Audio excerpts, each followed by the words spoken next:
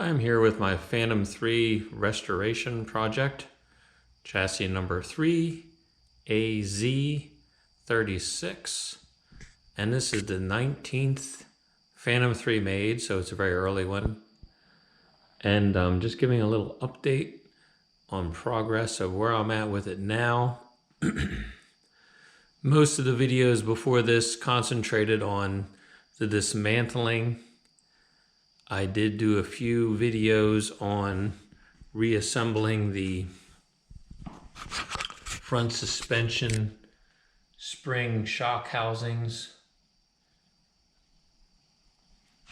and installing those. I have the jacks just loosely in place for the front, and I have a lot of the tubing going in place. Visure tubing, ride control tubing.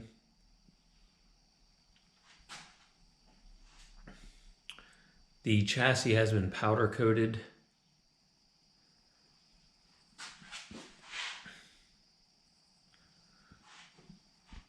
And I now have the firewall in place, and which is going to be a real benefit because now I can really start getting a lot more things back in, such as the wiring and a few more other pieces and parts to connect up, get off the shelf as well. So, and you'll notice there's some places where I'll need to circle back to.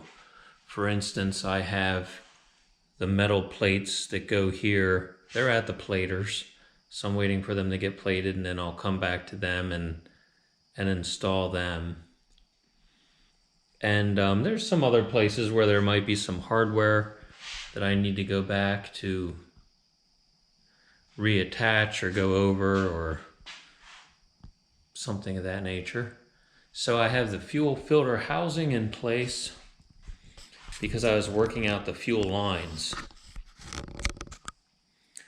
And what I plan to do eventually is take these shorter sections of fuel line back off, and I'll have those nickel plated, and that'll cut back on the rust buildup and just make them look better. And I have, we'll say, one of the fuel pumps installed. So what I'm planning to do is a double fuel pump arrangement, and I have a drawing that shows this. So we'll have a chassis mounted fuel pump, and then there will be a firewall mounted fuel pump. And my hope for that is that it'll help to reduce vapor lock. Vapor lock isn't always a terrible problem with Phantom 3s. However, as fuel gets more and more ethanol in it and other products as well, then it could become more of an issue. And I figure now's the time to do such an installation. And it'll, as I say, it's a factory drawing that I found. I've never encountered a car that had that arrangement. But like I say, I did find the drawing, and that's what I'm following as a guide. And I also wanted to say the order of operations of getting things back together is very important when you're doing a restoration like this. And just to give an example, getting to these bolts that hold on the bracket for the firewall is not terribly easy. You have to work through these access holes in the chassis.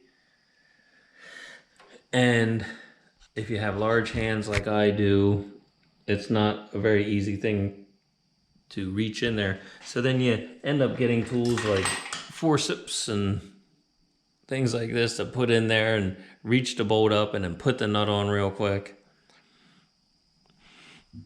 So if I had more things on the chassis, it would be a lot harder to get to those bolts to stick them up through. So we have that in that area, and we have other areas that have the same challenges. So you want to be careful about that kind of a thing. I still need, this is a ride control line that I still need to work out. And I just have this cross member in position. This is the one that supports the rear of the transmission. So I can work out getting that line in position. It has a really, really tight bend that goes into that four-way junction there. And you'll also notice that there's some little bit of rusting on some of the hardware.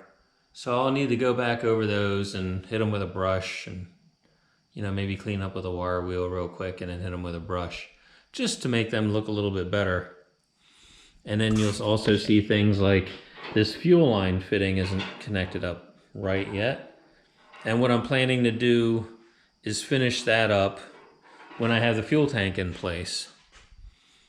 Then I'll know that I have the fuel line worked out the way I like it. Then I can silver solder that end on, and that'll be done.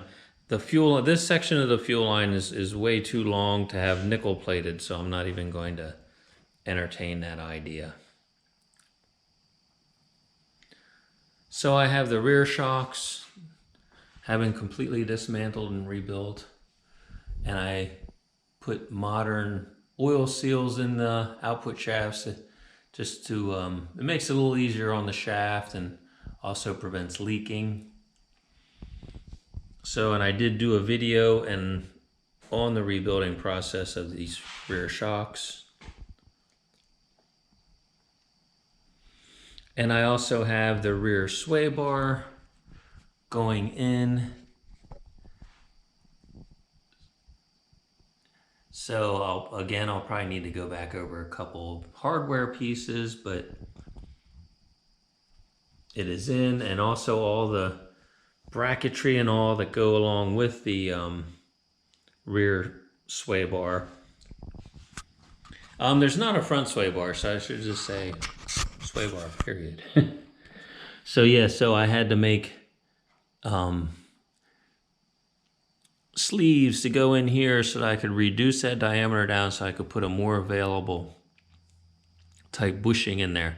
So the bushing is steel, then rubber, then bronze. The actual original ones are no longer available, of course, so I had to adapt an off-the-shelf type one. And I have the bump rubbers cleaned up in here. And this is these beefy forged steel sway bar arms.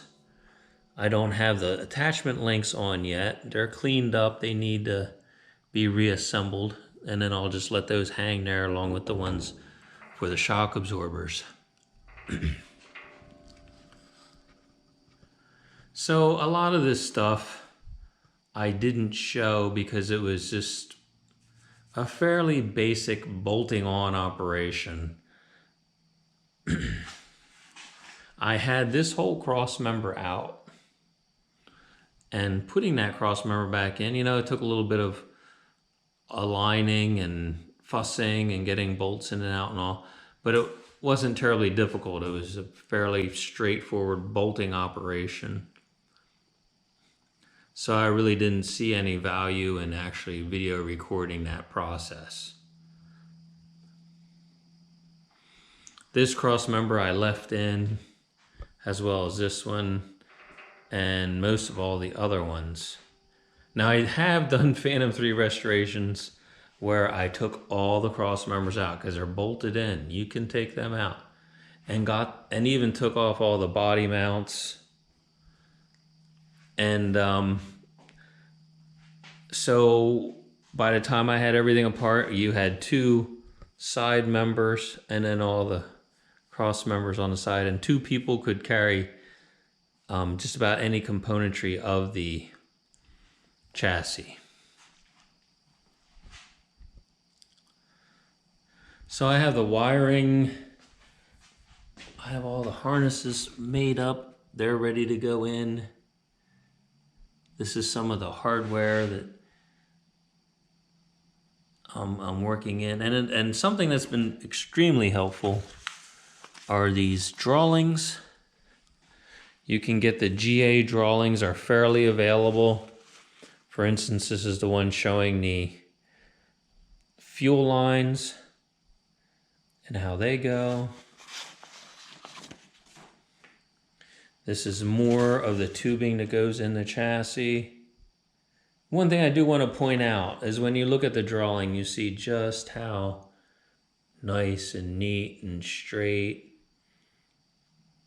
and all the shapes of the tubing are just, you know, really, really amazing. And, you know, putting that down on paper is one thing, but then to actually have your tubing to look like that is a whole nother challenge.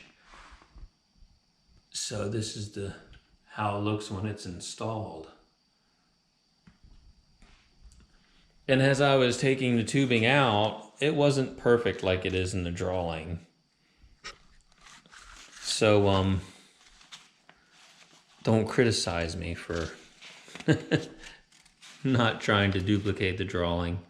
So this is another one that shows the jack pump and the tubing that goes in this position.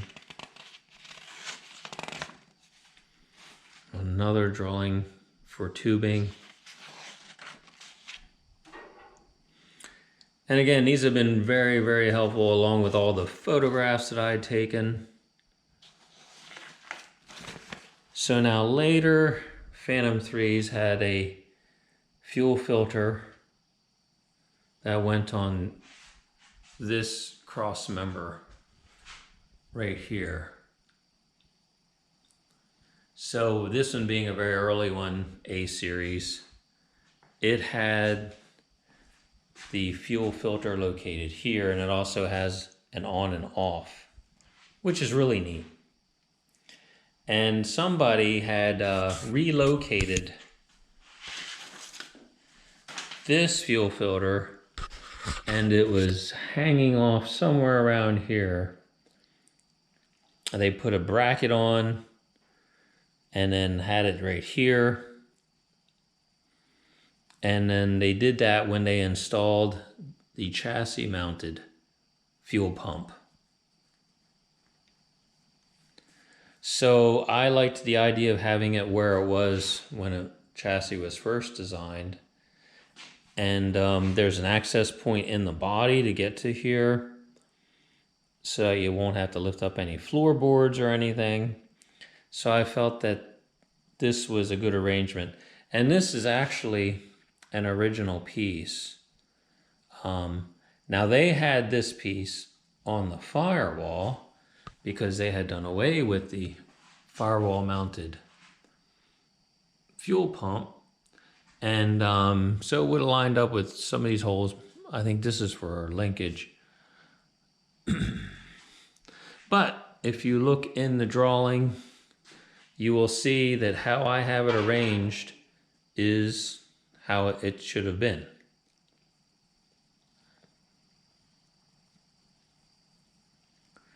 So I rebuilt this fuel pump quite a while ago, and I can see like there's a little bit of rust coming in where it's bare steel. So I'll have to go back over that. And again, looking at the, you know, when you look at the drawings, you see just how nice and neat they have all the bezier lines and all. Well, when they modified this to put the chassis mounted fuel pump on, they had to rearrange a lot of this tubing. And it didn't look quite as nice and neat as it does on a drawing. Because, you know, they had to get the job done. And they didn't have time to remake a lot of that stuff. So a lot of it they shoved back up and rerouted to the best of their ability. Again, that was a modification that would have been done at a repair depot.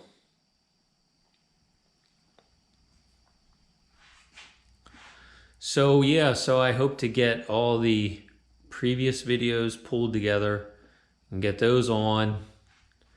Again, a lot of those are going to be dismantling, some cleaning, things of that nature. And also reassembling the front suspension housings. I still need to get the front suspension pan into place, which it's ready to go back on at this point. I had debated about whether I wanted to assemble it before I installed it, and I decided that there really wasn't a huge benefit to doing it either way. So I decided I will install it how it is now. And then when I finish up, because I have to do some machining work on the shafts that go inside of those that support the A-arms. One side was worn really badly, so I'm correcting that. The other side was in beautiful condition, so I'm going to stick with that one. But the one bad side, I'm going to be replacing the needle roller bearings, and I might need to size down the shaft a little bit. And what I'm hoping to do is to take the shaft down to 25 millimeter. So since they were 1 inch, 25 millimeter is, or actually 1 inch is 25.4 millimeter. So if we take the 0.4 millimeter off, then that's taking 15 thousandths off. And then we'll have 25 millimeter shafts. So I just have temporary plugs in here because there's normally a breather plug that goes in here. And I like to be able to roll the chassis over for doing some of the work. And I didn't want oil coming out because I have these housings full of oil. And I have new modern oil seals fitted into these bearing housings.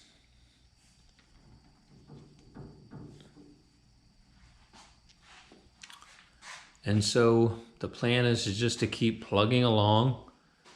Again, at this stage, there's a lot of little things that can go back on and get off the shelf. And that's an important thing with a major restoration project like that is getting the pieces back on, getting them off the shelf.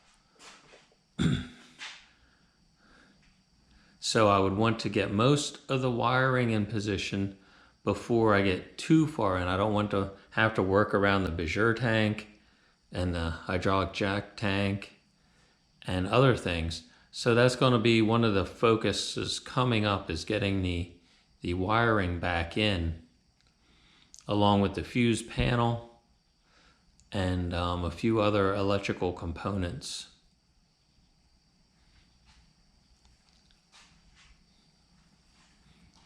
So that is it. That is the process moving along. Probably one of the most discouraging thing about this is that I get a little bit of dust on it, and I don't like that. So I'm hoping to restore this and actually show it as a show chassis, a running driving chassis, as I'm doing the body work, because I still have to do an awful lot with the body. So that's my plan.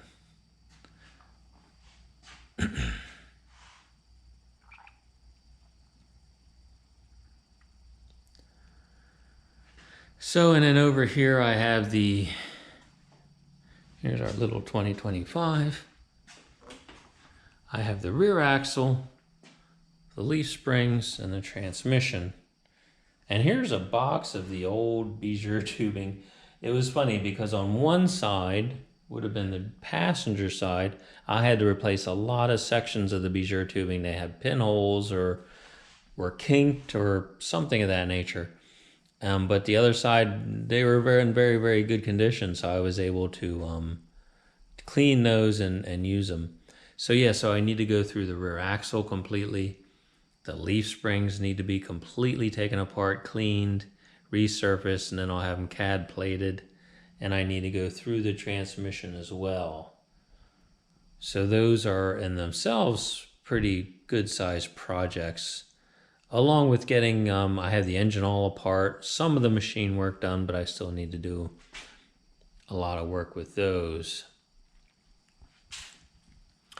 Again, this is our 2025, keeping the Phantom 3 comfortable and and happy, and letting it know that it will one day be back on the road. So I'll just give some. So you'll see I have a little horn junction box on there. I put that on again because it was something I could get off the shelf and put on and make more room for other parts on that shelf.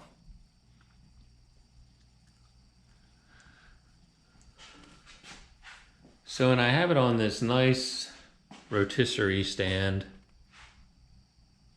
which has really worked out quite well. It's had a lot of chassis on it, a few Phantom 3s, a lot of Phantom 2s, Derby Bentleys, Silver Ghosts, and it works really, really well. It gives you good access for working on the chassis. It's heavy, so it takes a little bit setting it up, but it's definitely well worth it. It also gives it a little bit more mobility. There's times where I want to roll the chassis out and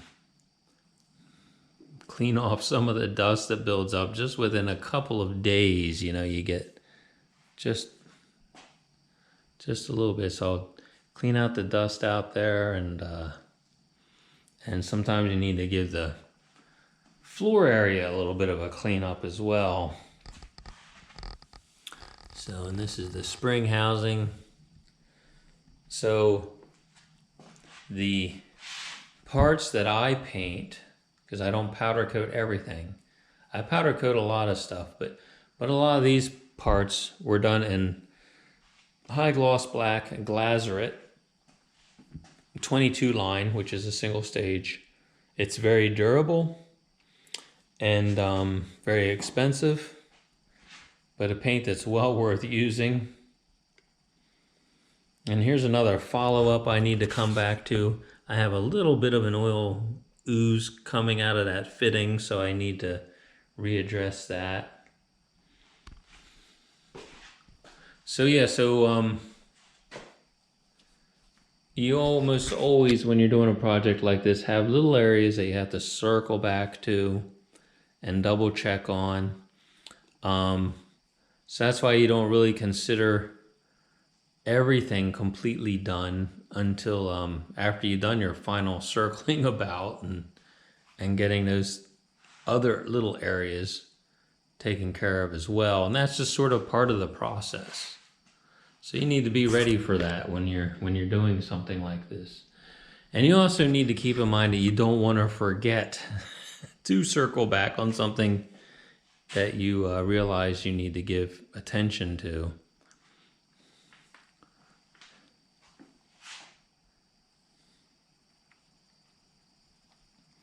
So yeah, so now the next thing for me is to start getting a lot of these videos of the dismantling and all that up on YouTube, which I hope to be doing this winter. There's many hours of the dismantling, and a lot of it will probably be kind of tedious and somewhat boring, but at least they'll be there. And if somebody ever wants to undertake a project like this, they'll have an idea of what they're in for. Or if you just have componentry like a shock absorber, you want to know how to rebuild a shock absorber. Well, you look on my YouTube channel. I already have that actually on my YouTube channel. And you can see what all the bits and pieces look like inside a shock absorber. Unlike the shock absorbers you have on modern cars today that you just take off and throw away, these are completely rebuildable and full of a lot of little parts and pieces.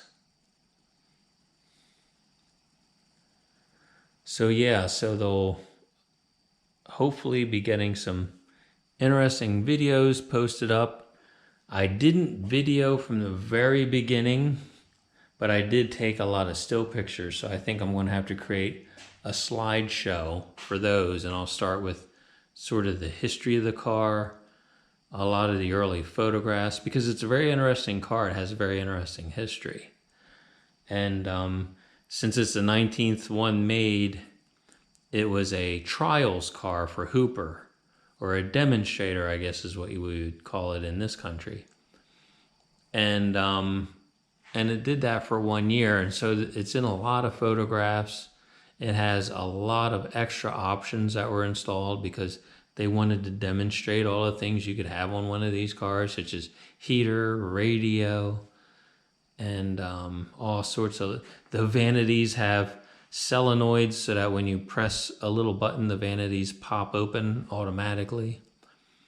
So yeah, so it's really a neat car. It's not the prettiest of bodies, but it's not bad either. So it's a bit stately, but again, for a Phantom 3, it's it's a fairly nice looking saloon body. So yeah, so that's all I have to say at this point. So stay tuned, and I'll be popping up videos of this process. And again, hopefully this will give you ideas of what it's like, all the bits and pieces you have to deal with one of these cars. But at the end of the day, it's well worth it. They're such nice driving